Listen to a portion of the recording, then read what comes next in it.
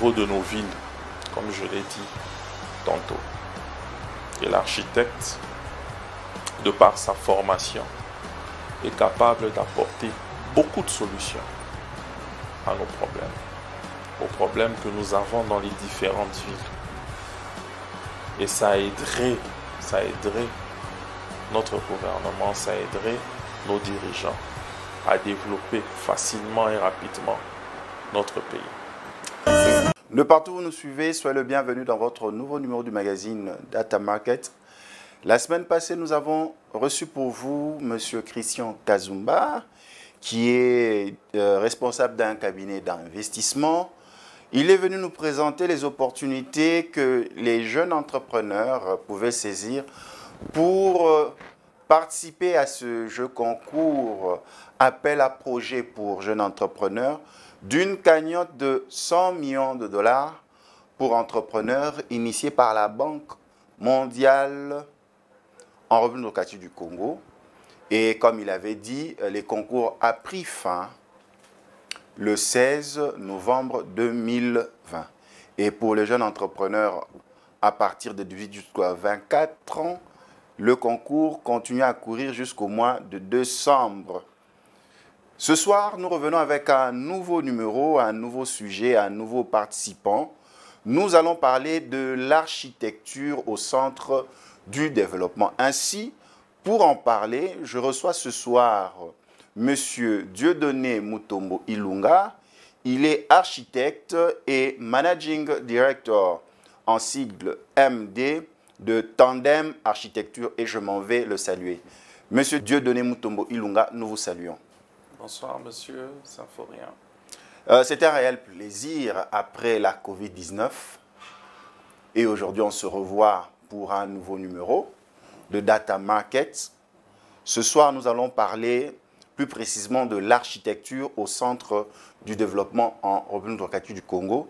Ainsi, ma première préoccupation, comment vous avez passé cette situation de Covid-19 ? Vous êtes parent, vous êtes époux, vous êtes chef d'entreprise, vous êtes entrepreneur. Comment vous l'avez vécu? Oui, c'est vrai que c'est une situation assez complexe, assez difficile à vivre pour tout le monde. Personnellement, ça a été difficile parce que nous étions obligés de rester à la maison. Et pendant près de 3 mois, la ville était confinée. Et nous avons été obligés de ne pas avoir ces contacts que nous avions l'habitude d'avoir avec les amis, les frères, et puis avec les collègues du bureau. Mais fort heureusement, dans notre entourage, nous ne déplorons aucun mort. Grâce à Dieu, Dieu a fait grâce. Nous sommes tous vivants et bien portants. Tous vivants et bien portants. Est-ce que vous pensiez un jour qu'une maladie, une épidémie de telle ampleur pouvait frapper le monde et toucher la République démocratique du Congo? Au moins, l'architecte a compris que ce genre de pandémie peut arriver. Peut obliger les gens à rester pendant des mois à la maison, seuls. Et moi, personnellement, dans ma façon de voir, de penser l'architecture dans la conception, nous avons tous compris des leçons, notamment au niveau des espaces comme les balcons et tout le reste. Leur donner une certaine importance. C'est vrai que dans le bâtiment, c'est des fois négligé. Ce sont des espaces qui sont généralement petits. On se dit que bon, on privilégie beaucoup plus les espaces à l'intérieur. À l'extérieur, bon, c'est des petits espaces juste pour prendre un peu de soleil, voilà, pour jeter un coup d'œil à l'extérieur, pour fumer une cigarette ou un cigare. Et bon, voilà. Maintenant, là, nous comprenons que c'est des espaces quand même importants. Ou sinon, vous serez enclavé comme dans une prison. On ne peut pas rester toute une journée enfermé dans une pièce. On a besoin de respirer l'air à l'extérieur, l'air naturel. on a besoin de voir du monde, on a besoin de voir des paysages, du paysage et tout le reste. Voilà, donc c'est quand même des espaces importants qu'il faudrait reconsidérer en architecture. De partout où vous nous suivez, nous recevons pour vous M. Dieudonné Mutombo Ilunga. Il est architecte et managing director de Tandem Architecture. Avec lui, nous sommes en train d'échanger. Est-ce qu'avec la COVID-19, nous, en tant qu'humains, nous devons nous remettre en cause sur la manière de voir l'autre, les relations humaines que nous avons avec l'autre, le respect que nous devons à l'autre, la considération de la vie?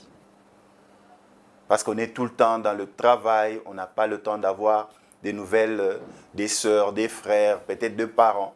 Mais avec la COVID-19, a-t-on compris la place des relations humaines?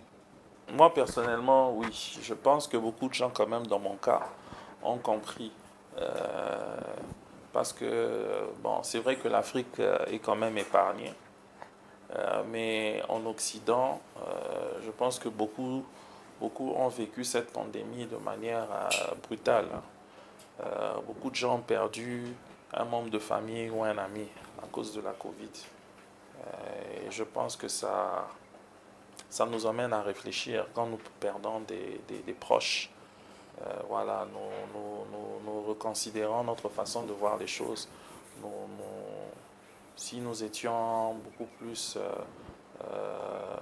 distraits ou occupés, voilà, les relations humaines changent. Hein. Voilà, on devient beaucoup plus social.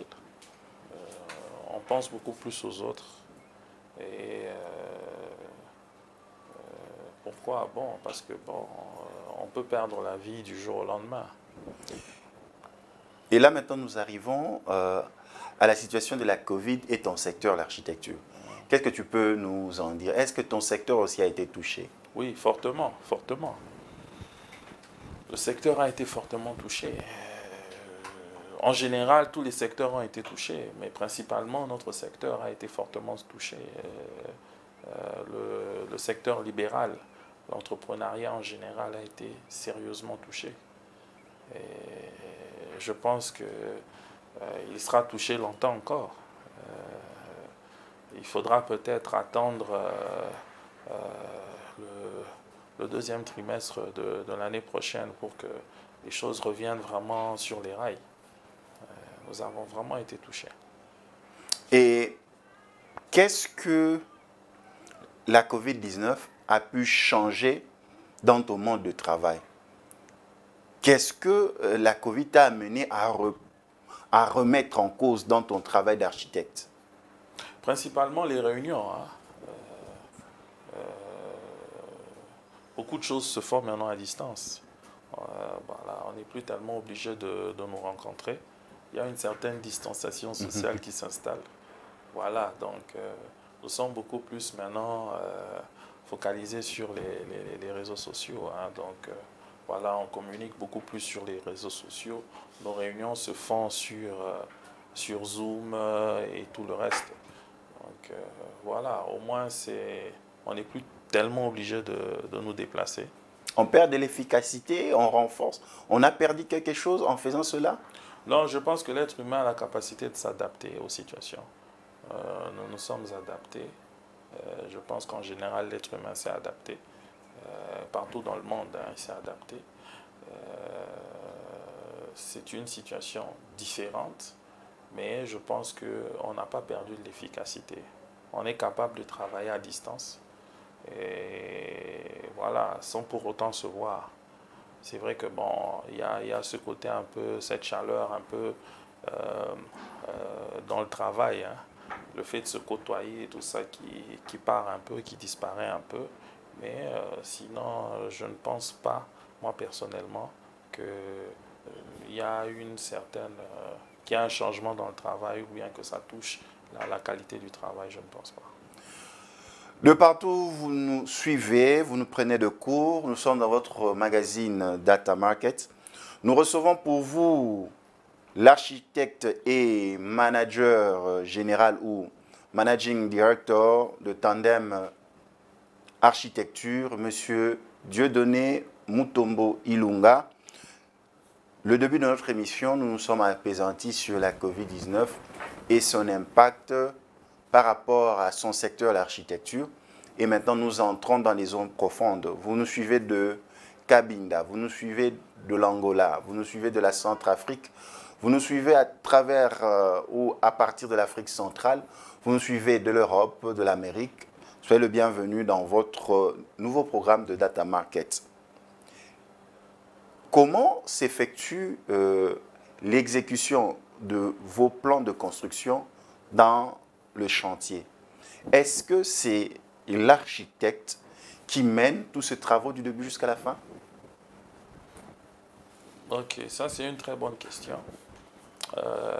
L'architecte a une grosse mission dans la réalisation des projets de construction.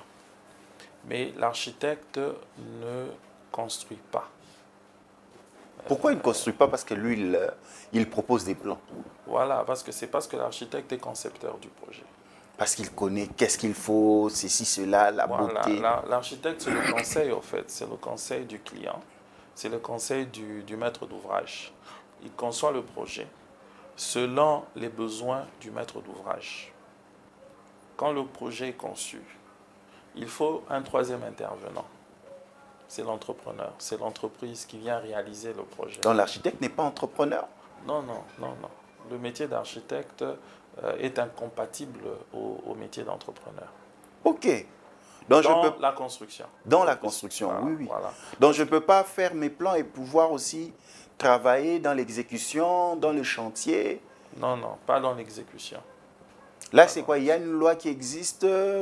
Voilà, la compatibilité de notre métier d'architecte en RDC et dans beaucoup de pays dans le monde.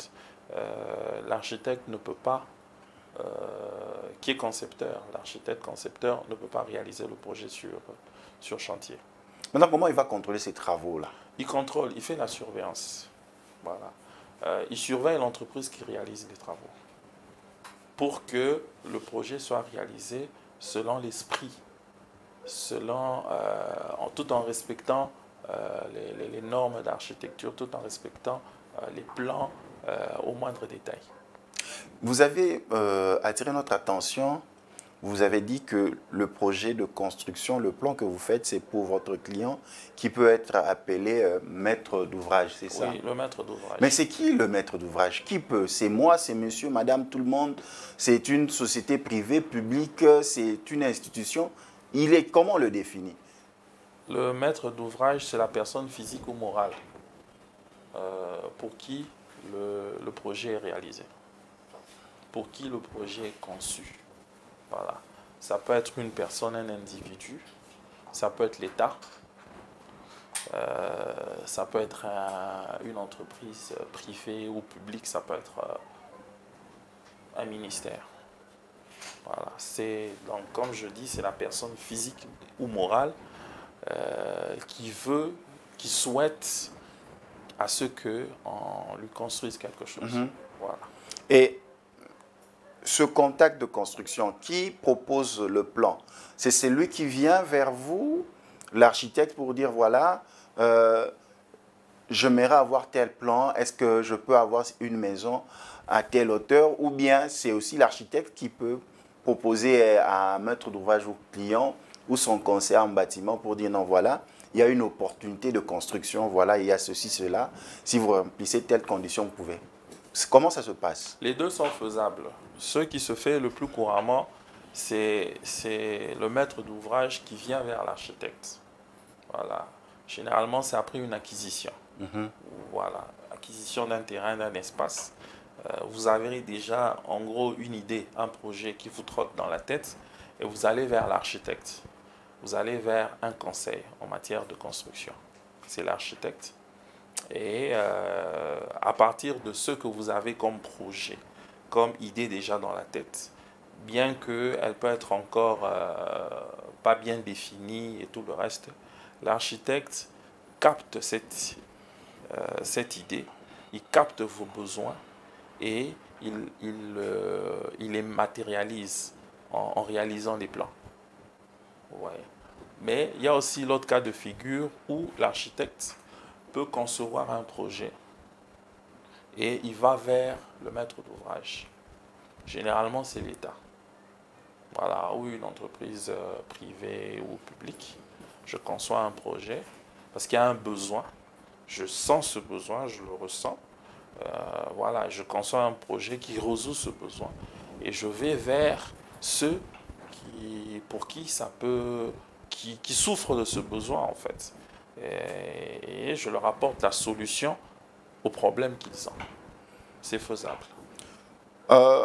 Monsieur Dieudonné Mutombo Ilunga, vous êtes architecte et chef d'un cabinet d'architectes responsable. Nous partons sur base par rapport, vous avez évoqué, de l'acquisition. Quelqu'un acquiert par exemple un bâtiment ou un terrain. L'approche auprès d'un architecte, ça va se passer de la même manière ou bien il y a une différence qui va s'imposer. Donc j'ai une parcelle avec bâtiment et quelqu'un d'autre qui a un terrain. Est-ce que l'approche ou le besoin d'un architecte doit être le même ou il y a une différence? Non, non, l'approche est quasiment pareille. L'idéal même serait qu'avant l'acquisition, de faire déjà appel à un architecte. Ok, bien avant cela. Ça, c'est l'idéal. Ça, c'est l'idéal. Parce que selon le projet, l'emplacement, le type de terrain, la dimension du terrain, l'architecte peut déjà vous conseiller dès le départ. Vous voulez construire une école. Voilà, une école peut être facilement réalisable sur tel type de terrain. Une école, il faut un terrain relativement plat. Ouais. Vous, quand vous allez acheter un terrain accidenté, vous achetez voilà, un site avec un terrain accidenté, c'est pas commode, c'est pas recommandé pour une école. Ouais. Mais vous ne le savez pas. Voilà. C'est comme ça que c'est toujours mieux d'avoir un conseil dès le départ qui, selon le type de projet que vous voulez réaliser, il peut vous conseiller sur la commune ou acquérir le terrain, sur le type de terrain, sur la dimension du terrain. Voilà, ça c'était une parenthèse. Mais selon l'approche, l'approche est la même. Que vous ayez un bâtiment à rénover ou à modifier, ou un terrain à nu, un terrain nu sur lequel il faut ériger un bâtiment. L'approche est le même. Voilà, l'approche est la même. Qu'est-ce qu'on veut faire exactement? C'est le maître d'ouvrage qui s'exprime. Voilà, j'ai acheté un immeuble, j'aimerais le modifier, j'aimerais le rénover, j'aimerais ceci, cela, j'aimerais par exemple rajouter un étage. Voilà, vous vous exprimez, vous dites vos besoins. Et l'architecte, parce qu'il est spécialiste, il est formé pour ça, sait maintenant vous guider, vous dire oui, ça c'est bon, ça on peut le faire, ça ce n'est pas faisable. Parce que l'urbanisme nous interdit, parce que le bâtiment peut ne pas supporter un étage supplémentaire, parce que ceci, cela, voilà. Et il vous guide, il vous conseille, et puis il vous aide à pouvoir acquérir ce bien, voilà, que vous avez déjà dans votre tête, ce rêve, à réaliser ce rêve, au fait. Est-ce que l'architecte coûte cher? Parce que le commun de mortels se plaint que l'architecte coûte cher. Non, moi je dirais que l'architecte ne coûte pas cher. Pourquoi? Expliquez-vous. Je l'ai toujours dit. Quand vous investissez 200, 300 000 dollars et que vous payez 5, 6, 10% du coût, c'est quand même donné. C'est quand même donné. Sur 200 000 dollars, vous voulez, par exemple, économiser 12 000 dollars. C'est 6%. Vous voulez économiser 12 000 dollars dans 200 000 dollars. Avec le risque que ces 200 000 dollars, au bout de 10 ans, que vous perdiez tout. Parce que le bâtiment sera fissuré, parce qu'il va s'écrouler. Nous avons vu dans la ville beaucoup de bâtiments s'écrouler. Vous voyez que c'est un gros risque. Parce que vous avez voulu économiser 12 000 $. Je pense que c'est moins malin. C'est un investissement à long terme. On ne construit pas que pour soi-même. On construit pour ses enfants aussi, pour ses petits-enfants. Le bâtiment, nous le voyons, notamment en Occident. Combien les petits-enfants et arrière-petits-enfants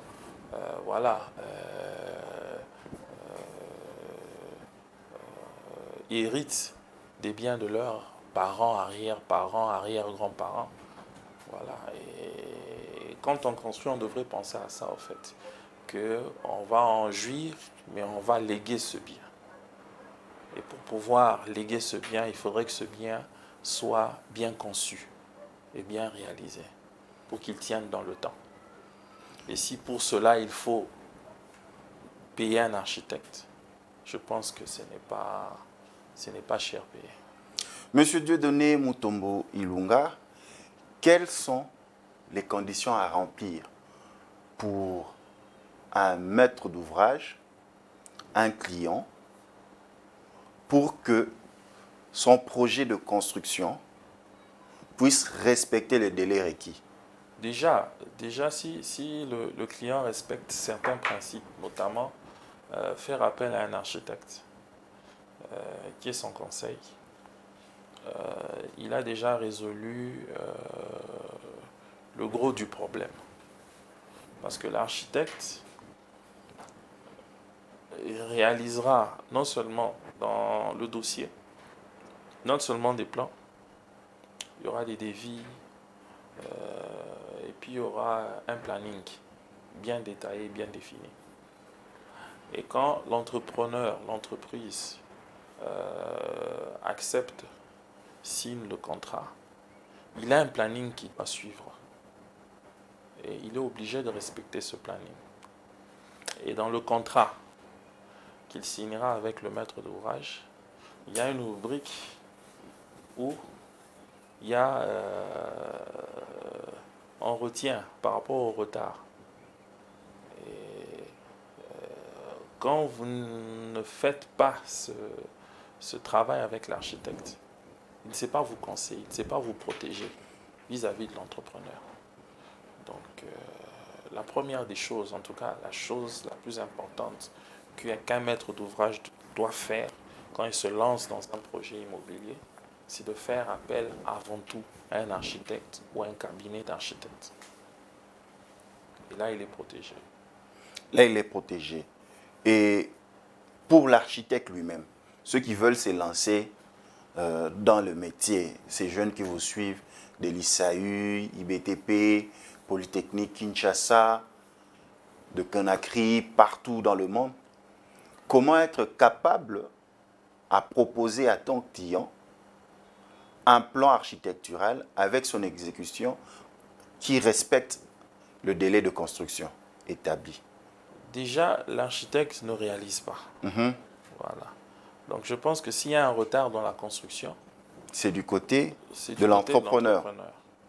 Parce qu'une fois que les plans sont finis, une fois que le dossier complet est fini, que l'appel d'offres est lancé, pour pouvoir choisir l'entreprise qui va réaliser les travaux, je pense que tout retard qu'il pourrait y avoir viendrait de l'entreprise qui réalise les travaux. Parce qu'il a déjà tout le projet en main. Il a signé le contrat, il a le projet en main, il a le planning. Donc, s'il y a du retard, c'est du côté de l'entreprise. Voilà. Mais l'architecte, comme l'architecte fait la surveillance des travaux, il fait le contrôle des travaux. Son rôle aussi, c'est d'alerter l'entreprise quand il y a retard. Parce que dans un chantier, il y a des réunions de chantier qui se font au moins une fois la semaine. Et c'est dans ces réunions de chantier que nous pouvons voir, nous architectes, si le planning est respecté, si les avancées se font comme proposé dans le planning. Et si jamais il y a un retard, nous lançons déjà l'alerte à l'entreprise pour qu'il fasse tout pour rattraper le retard qu'il a eu. Bon, parce que les retards peuvent venir de beaucoup de choses, les intempéries ou bien les retards dus à l'entreprise elle-même. Voilà. Bon, et peut-être même dû au paiement. Si les paiements se font en retard, là, ça va incomber au maître d'ouvrage, voilà, qui a payé en retard l'entreprise. Par rapport au paiement, modalité de paiement, parce que c'est important, quelle est cette modalité de paiement qui permet de bien exécuter un plan de construction? À quelle cadence le maître d'ouvrage doit-il assurer le paiement pour que le délai soit respecté? Tout ça, c'est précisé dans un contrat. OK. Voilà, c'est précisé dans le contrat qui va lier l'entreprise et le maître d'ouvrage. Parce qu'il y a ceux qui disent en lingala, donc quelqu'un qui commence un projet de construction qui le fera peut-être 3 ans. Non, j'avais eu un peu d'argent au boulot, j'ai acheté, on a fait ceci. J'avais cette cadence-là aussi. Oui, ça sont les réalités du pays. OK. Hein, voilà, parce que y a pas de banques immobilières qui soutiennent les maîtres d'ouvrage dans la réalisation. Ça aussi, c'est compréhensible. Donc, le maître d'ouvrage et architecte et entreprise de construction s'entendent pour voir petit à petit, peu importe le temps que ça prendra. Oui, là c'est dans le contrat. Si le maître d'ouvrage n'a pas les moyens de réaliser tout le projet, du coup, voilà, et qu'il le signifie, voilà, c'est une entente entre les 3 parties que, voilà, nous allons aller étape par étape. Comme j'ai tel montant qui correspond par exemple à la réalisation des fondations, voilà, nous commençons d'abord par ça. Et puis quand il y aura, on va évoluer. Bon, ça, ce sont les réalités du pays. Mais est-ce qu'il n'y a pas d'inconvénient quelque part? C'est vrai que l'idéal, c'est de commencer de bout en bout, sans pause. C'est l'idéal. Et pour tout le monde. Et pour le maître d'ouvrage, qui plus vite il entre en possession de son bien, plus vite il sait l'exploiter. Et voilà, soit en jouir, soit récupérer, si c'est un bien commercial, récupérer son investissement. Et c'est l'idéal aussi pour l'architecte, parce que il sait faire un suivi comme ça, au lieu de faire 10 ans sur un chantier à faire le suivi. Vous voyez que c'est assez compliqué. Et même pour l'entreprise. Elle est payée du coup, elle sait réaliser et puis elle sait passer à autre chose. Mais il y a les réalités aussi. Mais souvent, vous êtes confronté à de telles réalités? Oui, nous sommes souvent confrontés à de telles réalités. Comme j'ai dit, il n'y a pas de banque qui suivent comme ça les projets, qui soutiennent les maîtres d'ouvrage. Il n'y a pas de banque immobilière, il n'y a pas de structure comme ça dans ce sens. Ce qui fait que bon, le petit fonctionnaire, le jeune fonctionnaire qui vient de finir, voilà, qui veut se construire sa petite maison, voilà, il a le droit de construire sa maison, de loger sa famille. Mais il va aller selon ses moyens, il ne va pas voler. Voilà, donc on est obligé de nous adapter. On est obligé de nous adapter, comme le dit M. Dieudonné Mutombo Ilunga, architecte et managing director de Tandem Architecture. Vous nous prenez de court, vous êtes dans votre magazine Data Market. Nous parlons de l'architecture ou de l'architecte au centre du développement en République démocratique du Congo. Souvent, dans les projets de construction, quand il y a mésentente entre le maître d'ouvrage et l'entrepreneur en construction, avenant. Qu'est-ce que l'on doit comprendre par avenant dans un projet de construction? Ou lors de l'exécution d'un projet de construction?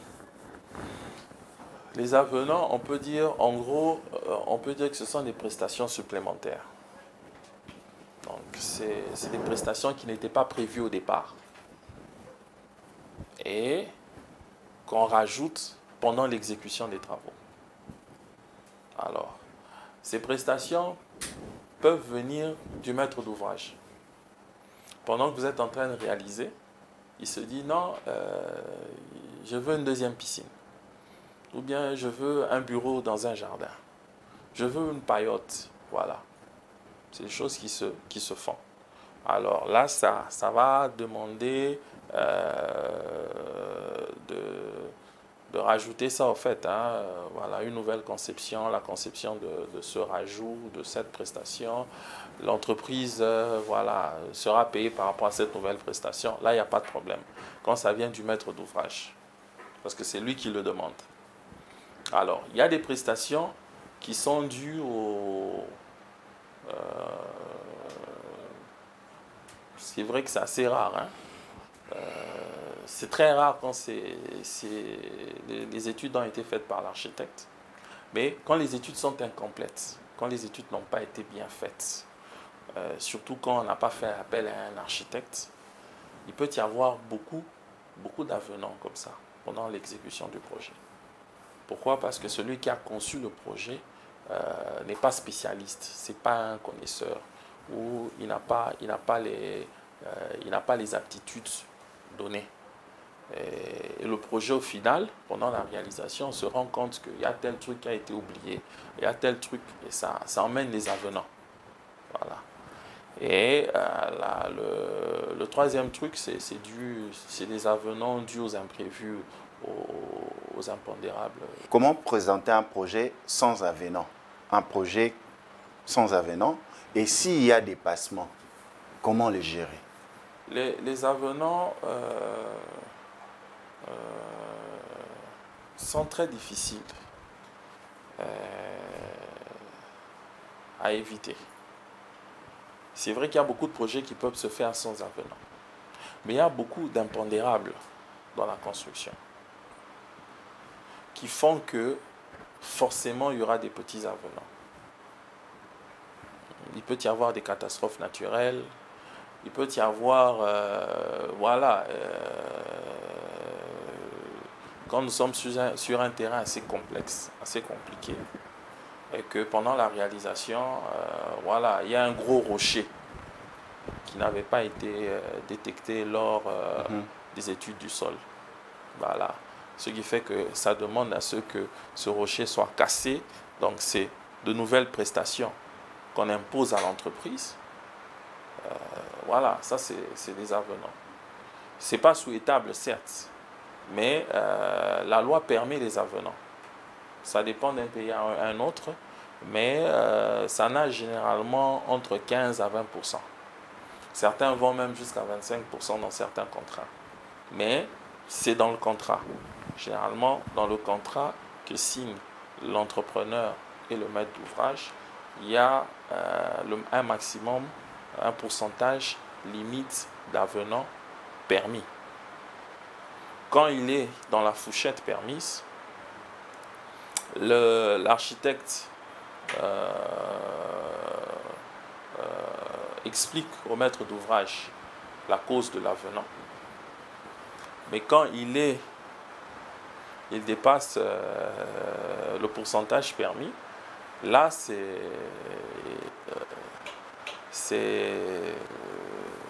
l'entreprise qui est obligée de... Voilà, soit l'entreprise, les fautes, on verra à qui incombe les fautes. Soit l'entreprise, soit l'architecte. Là deviennent les palabres, les mésententes. Bon, pas forcément. Pas forcément. Voilà, nous prenons déjà la dernière ligne droite de nos échanges.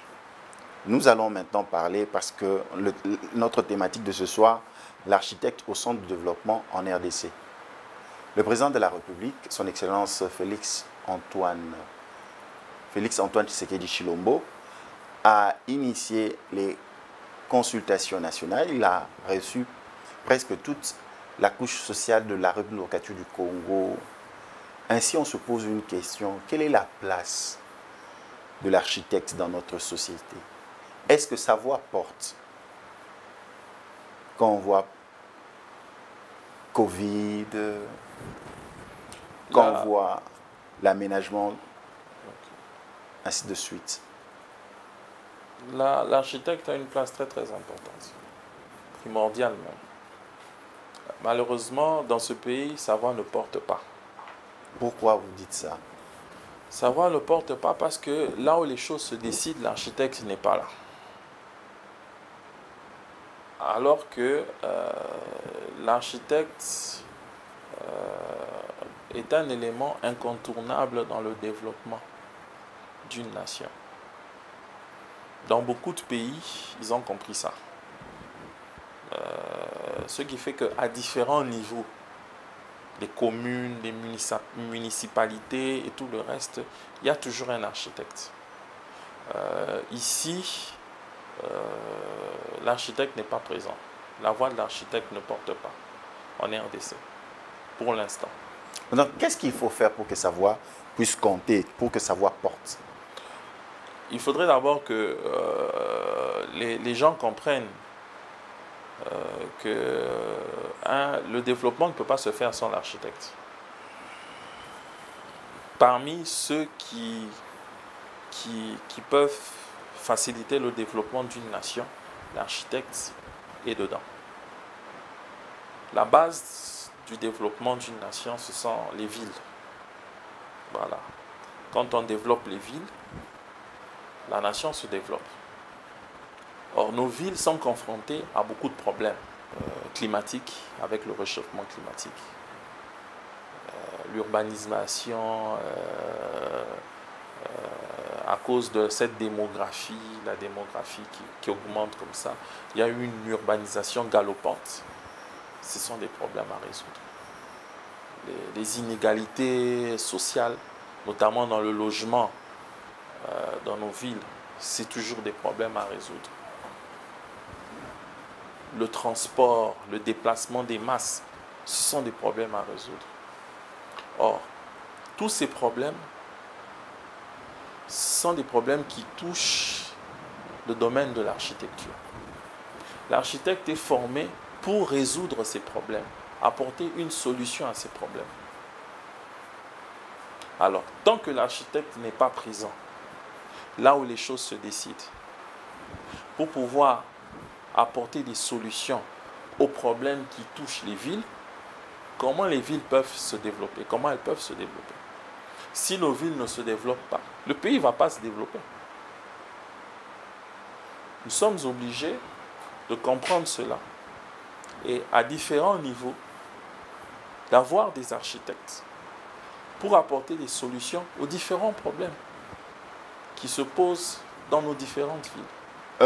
Nous arrivons à cette problématique. La construction étant un investissement, comment bien investir lorsqu'on sort même $1 dans un projet de construction? Ça, c'est aussi une très bonne question. Pour bien investir en construction, pour bien investir dans le domaine immobilier,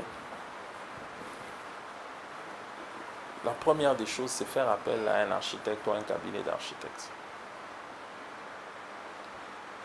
Pourquoi? Parce que c'est le conseiller qui te dit si cet investissement est bon ou pas, s'il sera rentable ou pas. C'est lui qui te conseille sur le choix du site, le choix du terrain. C'est lui qui te conçoit le projet idéal par rapport à tes besoins. C'est lui qui réalise tous les plans pour que ce projet ne souffre d'aucune malfaçon due à la conception. C'est lui qui surveille et contrôle l'entreprise de construction pour que le projet ne souffre d'aucune malfaçon due à la réalisation. Quand nous comprenons ça, nous savons exactement quoi faire pour pouvoir investir durablement et bien investir. Vraiment, c'est pratiquement la fin de nos échanges, mais nous ne pouvons pas terminer notre entretien de ce soir dans Data Markets, sans parler de l'Ordre national des architectes, parce que vous-même, vous êtes inscrit dans le tableau. Tout à fait. Qu'est-ce qui se passe dans l'Ordre? Parlez-nous un peu de l'Ordre des architectes, l'ONA en cible. Ok. Nous avons un jeune ordre qui a à peine 2 ans. Et au mois de décembre, nous allons élire notre premier conseil de l'ordre. Voilà. Pendant les 2 ans, l'État nous avait, parce que nous avons une loi, notre ordre est une loi promulguée par le président, l'ancien président Joseph Kabila. Et pendant les 2 ans, ces 2 années, de 2018 à 2020, cette année, il y a eu un conseil provisoire qui était mis en place pour pouvoir rassembler tous les architectes et pour pouvoir installer tous les organes, notamment le premier conseil de l'ordre et les différents organes provinciaux. Donc d'ici là, nous allons élire notre premier conseil. Et je crois que il nous reste, je crois, 1 semaine, si ma mémoire est bonne, pour que les élections commencent et la campagne électorale commence. La CENI, notre CENI, CENI à nous, a déjà publié la liste des différents candidats. Nous les connaissons. Ils sont au nombre de combien? Ils sont au nombre de 14, je crois, si ma mémoire est bonne. Ça fait une belle liste, hein? Oui, pour 7 places. Pour 7 places. Le conseil a 7 personnes. Donc, bientôt, ils vont battre campagne. Et nous aussi, nous allons battre campagne pour les nôtres. Vous allez battre campagne pour les vôtres. Oui. Monsieur Dieudonné Mutombo Ilunga, le secteur, est-ce qu'il y a certains cabinets qui ont fermé par manque de projets, par manque de moyens? Est-ce que cette situation de la Covid-19 a rendu les choses très dures dans le secteur de l'architecture? Très, très dur. Très, très dur. Quand le pays va mal, beaucoup de secteurs, ça s'ensuit. Beaucoup de secteurs vivent difficilement, voilà. Et notamment les architectes. Il y a beaucoup de cabinets qui ont dû mettre la clé à la porte parce que pas de marché. Vous savez que la Covid a commencé au tout début de l'année. Déjà au mois de mars, fin février-mars, nous étions vraiment frappés. Et maintenant, nous nous dirigeons vers le mois de décembre. Donc c'est une année quasiment blanche, voilà, dans notre secteur. Beaucoup en souffrent, mais bon, c'est des situations réelles dont il faut trouver des solutions. Et comment tenir dans cette aile? Parce que quand nous venons dans votre cabinet, nous trouvons des jeunes qui travaillent aussi avec vous, des architectes brillants. Comment faire pour tenir dans cette situation? Vous devez faire comprendre à vos partenaires, à ceux qui travaillent avec vous, pour leur dire que la situation est difficile, il faut que nous puissions ensemble serrer la ceinture. Quel est le message? C'est ça le message. Tout le monde est conscient. Tout le monde est conscient que c'est une année particulière, que les choses sont difficiles et que voilà, il faudrait tous, chacun à son niveau, que nous serrions notre ceinture et pour pouvoir passer cette étape. Mais c'est vrai que les entrepreneurs devraient être soutenus. Le secteur libéral aussi aurait dû être soutenu par l'État. Bon, nous comprenons aussi que ce n'est pas toujours évident. Déjà que les finances publiques aussi souffrent de cette situation. Mais sous d'autres cieux, beaucoup d'entrepreneurs ont été soutenus, beaucoup d'entreprises ont été soutenues. Bien que le soutien n'a pas été voilà, si important que ça. Mais je crois que ce petit geste, quand même, ça aide à résoudre beaucoup de problèmes. Monsieur Dieudonné Mutombo Ilunga, nous sommes déjà à la fin. Qu'est-ce que nous pouvons retenir d'essentiel de nos échanges dans ce numéro de Data Market? Moi, ce que je pourrais redire encore, c'est que quand nous voulons construire, bien faire les choses, nous sommes obligés de faire appel aux professionnels. Et le professionnel dans la construction, c'est l'architecte. Et je lance un message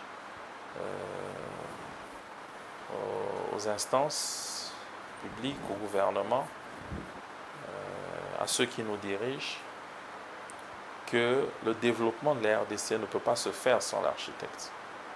Nous avons besoin, nous, Congolais, que les choses soient bien pensées, notamment au niveau de nos villes, comme je l'ai dit tantôt.